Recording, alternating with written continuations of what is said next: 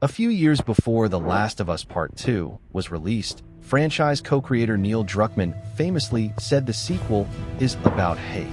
The finished game lived up to that promise. But is The Last of Us Season 2 about that as well?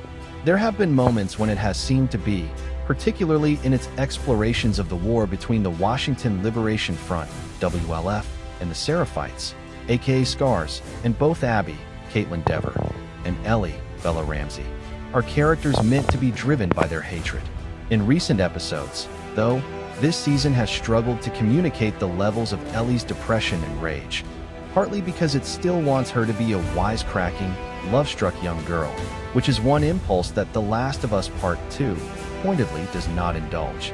It is fitting and, from a creative perspective, wise then that The Last of Us Season 2, Episode 6 shifts the theme away from irrational hate and back toward love, namely, the ways in which we can, sometimes without even realizing it, harm the ones we love. That idea is introduced in the episode's opening scene, which follows a teenage Joel, Andrew Diaz, taking the fall for a younger Tommy, David Miranda, and putting himself at the mercy of their abusive police officer father. A surprise, welcome Tony Dalton. You're not going to hurt him, Joel says through gritted teeth after his father systematically pokes holes in Joel's alibi.